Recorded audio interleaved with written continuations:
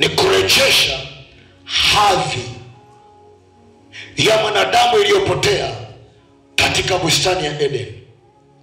Kurejesha hadhi ya mwanadamu iliyopotea katika bustani ya Eden. Kurejesha hadhi ya mwanadamu iliyopotea katika bustani ya Eden. Unisikilize vizuri. Kanisa, Adamu alipotenda dhambi kwenye bustani ya Eden, alipoteza mfumo wa kimungu na alipoteza aina ya maisha ambayo Mungu alitukusudia tuwe nayo hapa duniani. Unisikilize vizuri. Dhambi ilipokaribishwa kwa mwanadamu, ilimfanya mwanadamu apoteze utukufu, apoteze kibali, apoteze utajiri, apoteze baraka. Kuna vitu vingi sana alipoteza, na tangu Adamu amepoteza vitu vyote hivyo, hajawahi kutokea mtu yeyote wala haijawahi kupatikana njia yoyote ya kurejesha vitu vilivyopotea kwenye bustani ya Eden. Ni mpaka Yesu alipokuja akaenda msalabani akarudisha vile vitu ambavyo vilipotea kwenye bustani ya Eden. Kwa Yesu alikuja ili kurejesha yale ambayo yalipotea, ili wewe na mimi tuweze kuyafurahia kwenye maisha haya tulionayo. Angalia kitabu kile cha Isaya sura ya 42. Isaya 42.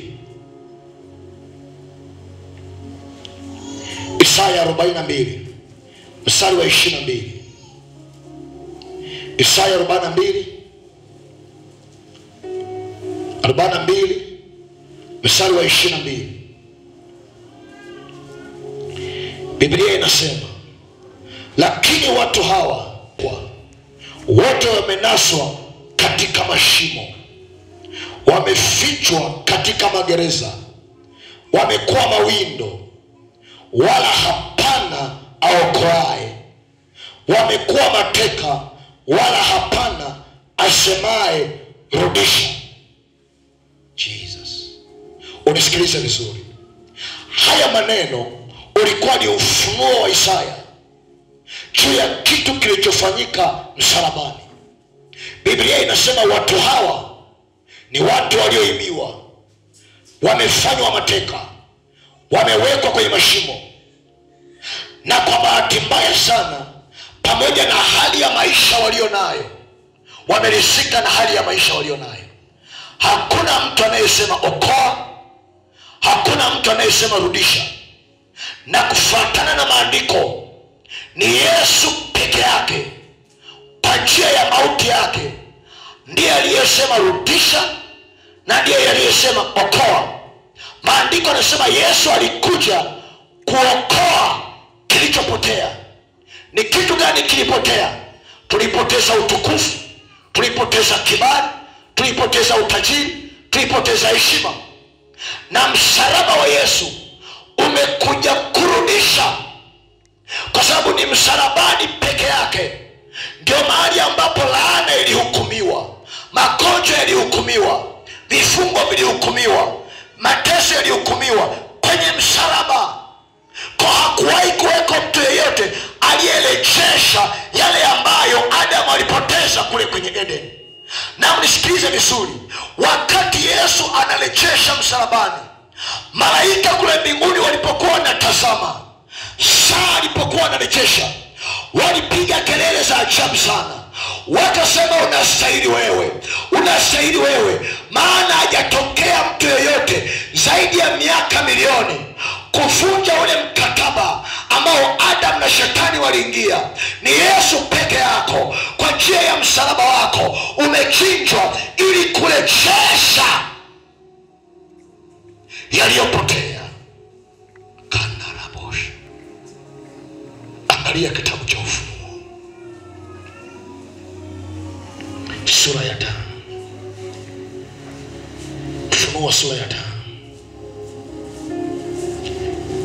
ule mstari wa 11 na wa 12. Ufunuo 5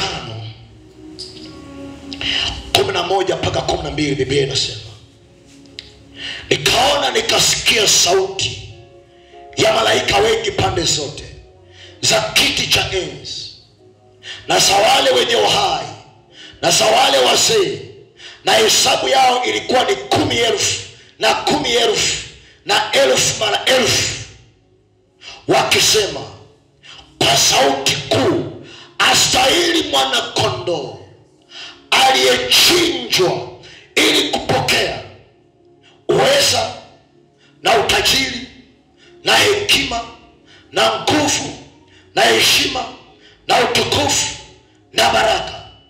Unisikilize vizuri. Wakati Yesu ametundikwa Calvary, anarudisha na anaokoa chinjwa. Kwa ajili ya nini? Ili kupokea.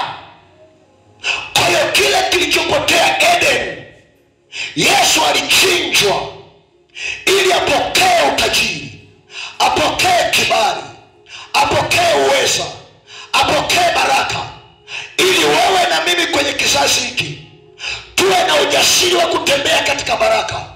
Maana yake nini? Una uwezo wa kusimama mbele ya shetani na ukamwambia shetani, ni hivi, rejesha baraka yangu, rejesha utajiri wangu, rejesha mema yangu. Kwa sababu msalaba wa Yesu umehukumu laana, umehukumu magonjwa, umehukumu umaskini, ili uweze kufurahia kwenye maisha tulio nayo. Na kwa bahati mbaya sana, kanisa halina ufahamu wa kitu msalaba umefanya na kufuta kwake. Na kwa sababu haujafunuliwa, Biblia inasema jambo ambalo hujafunuliwa hauwezi kulifaidi. Unachokifaidi ni ulichofunuliwa. Kwa kuwa sasa unajua Yesu alichinjwa ili akupe nguvu, ili akupe kibali, ili akupe uweza, jioni ya leo chochote kilichopokea kirejee kwako kwa jina la Yesu. Na tena kije kwako kwa jina la Yesu. Wanaopokea, pokea kwa jina la Yesu. Upokee baraka sahihi, upokee kibali sahihi, na mema yakae juu yako katika jina la Yesu aliye hai. Kama shakaba, Biblia inasema alichinjwa ili tuweze kupokea. Tangu alipochinja, hakuweko aliyesema rudisha, hakuweko aliyesema okoa. Ni Yesu peke yake. Alipoenda msalabani akasema rudisha, na maandiko yanasema alipochinjwa akapokea mkononi mwake kila ambacho Adamu alipoteza kwenye bustani na amekificha ndani yake. Mnisikilize watu wa Mungu, baraka zote ambazo Adamu alipoteza zimerejeshwa. Tofauti ni kwamba zimefichwa ndani ya Kristo katika ulimwengu wa roho. Kwa hiyo Yesu uliye naye moyoni mwako ni kipepeo cha baraka yako, cha utajiri wako, cha mema yako. Na jioni ya leo tunaenda kupakua baraka yetu itokee kwetu, mema yake atokee kwetu kwa jina la Yesu. Wanaoamini wapokee sasa kwa jina la Yesu aliye hai.